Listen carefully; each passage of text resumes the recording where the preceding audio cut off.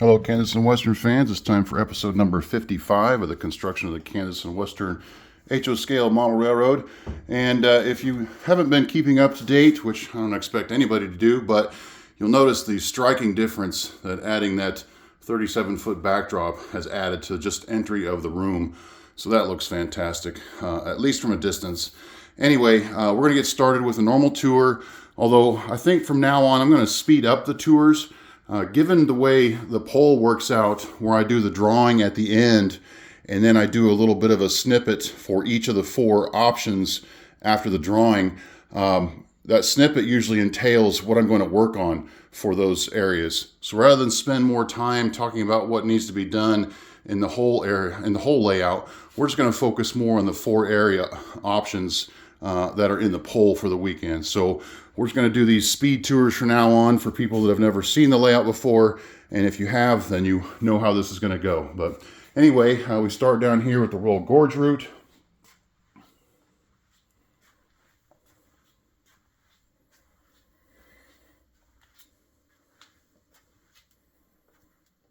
We wrap the main line around into Canon City.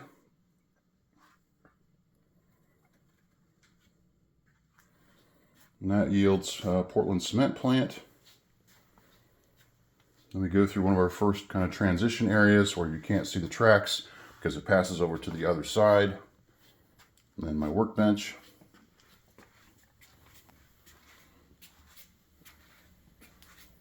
And on the other side we have Pueblo, Colorado, which is made up of basically the Everaz steel mill.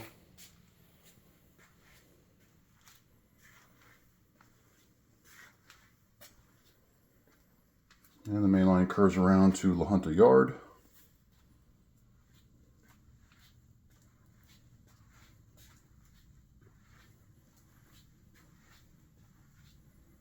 And another transition point here. So I'm saying transition points because there is a voting option that is transition points. And since a lot of my transition points aren't really the part of any scene, but do have their own basically work projects involved, like this one for instance is going to be a trestled couple pieces of track and a small creek. That is something to work on, and I have several of those. So that is a voting option. And next we have Lamar, Colorado.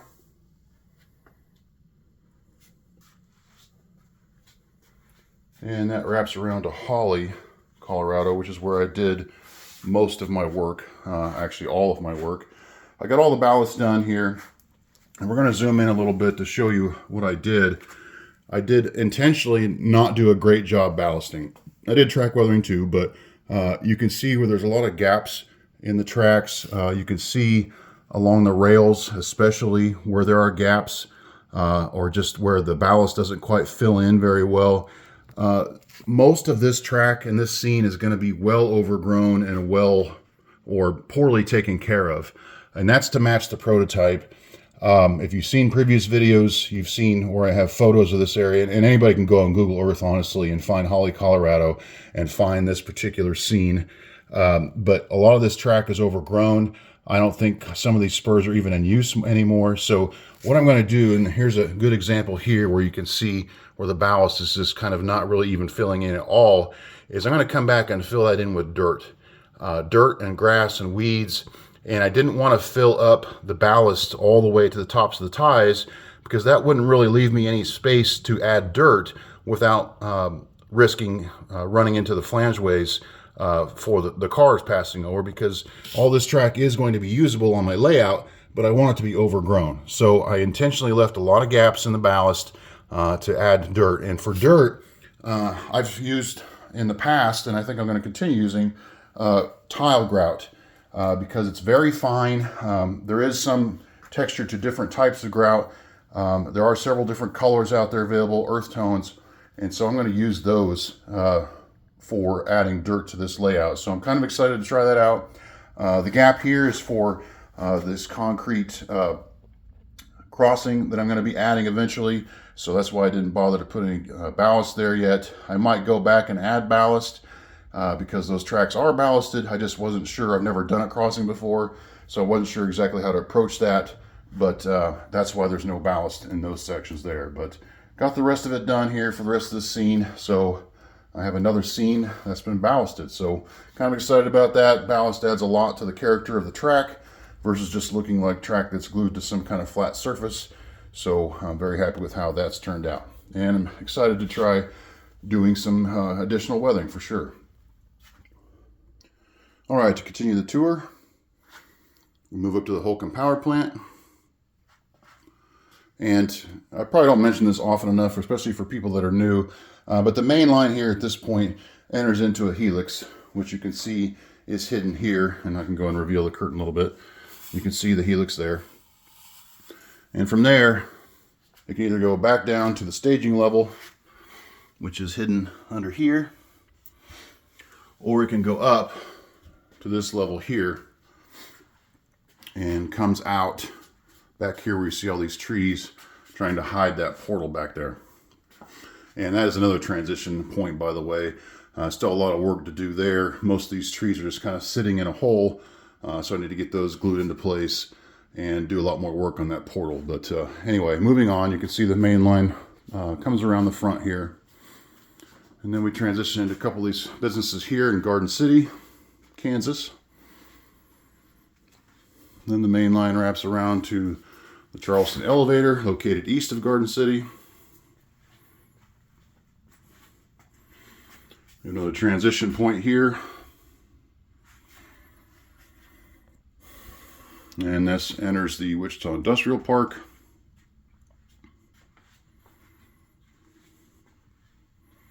Which then feeds into the Wichita Yard, shared by the BNSF and the Union Pacific Railroads.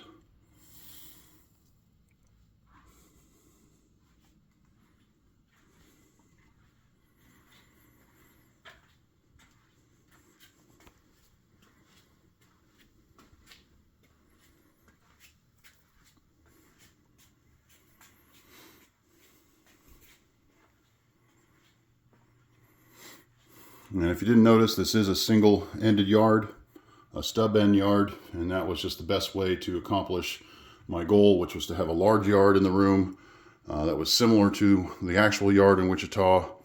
And the fact that it's not double-ended has not impacted my enjoyment running this railroad. Now we transition through Wheatfield here into Towanda, Kansas. Out in the El Dorado oil field, and then the El Dorado Industrial Park, where there are several different businesses. And then finally, one of the major aspects of the layout, the El Dorado refinery.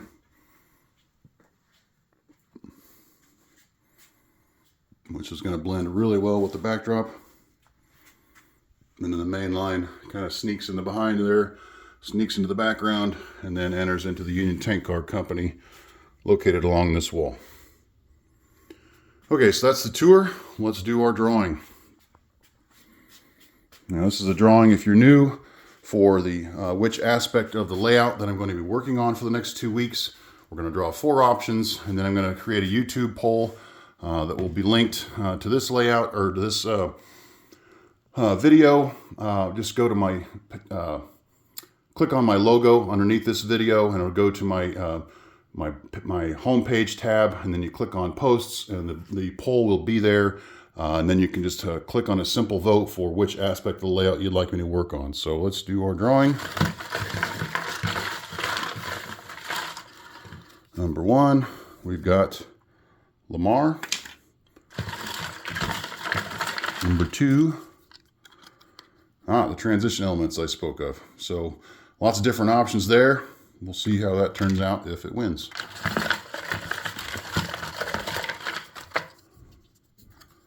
And we have the El Dorado refinery again. That thing really wants to get worked on.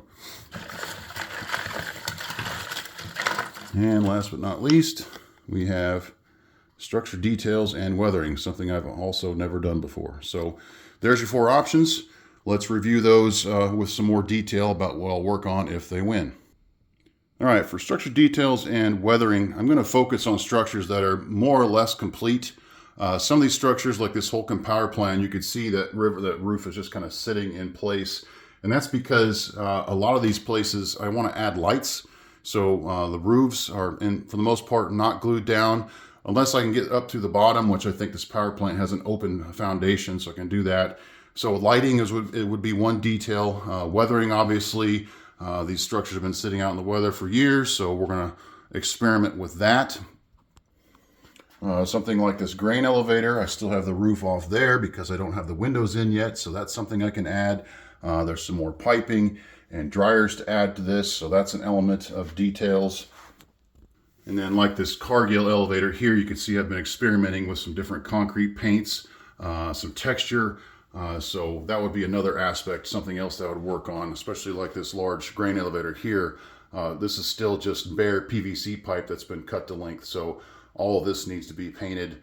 So that's another element that I could work on. All right, next for the El Dorado refinery, that's obviously this location here.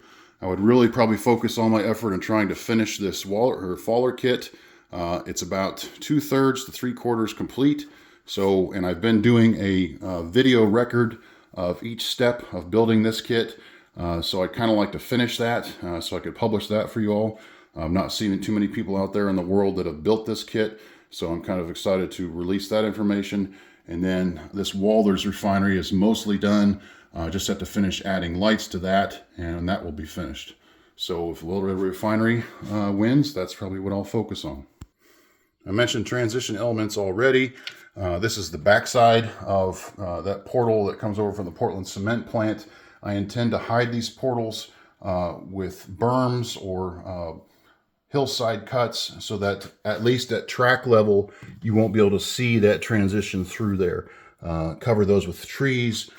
So basically, if you're looking down the track here, you won't even be able to see that portal. So that would be one of the elements that I would work on if this were to win. And then finally, we have Lamar. A lot of things to work on here, primarily structures, I would think. This thing doesn't even have a head house on it yet. I still have to do an elevator that attaches to all these grain bins. And then there's the seed oil refinery itself, which still needs some more structures built. Head house, a transfer house on the top, and some more silos and things of that nature on either side. So still need to add some fencing along the station here. I'm considering adding a wooden water tower since one exists for the prototype. Rather than having a lot of car parking, I'm not sure. And I still want to hide this transition at this end, which makes it look like La Junta and Lamar just a few hundred feet apart, with a heavy treed area here in this area. So that could be something I need to work on. Not to mention a backdrop. I don't have a backdrop for this scene at all. So just some different things to work on for these different 4 voting options. And as I said, as soon as I get this video posted, there'll be a voting option in my post tab on my homepage. So I want to thank everybody for voting, for participating, asking questions. We'll see what I get done here the next 2 weeks. Almost forgot to mention, the vote will go until Monday night. I have to work a day shift Monday, so the video about the poll results and the work plan will not be posted until Monday night. So you have from now until Monday to get your votes in, and we'll see what wins. So thanks everybody for watching. Hope you have a great weekend.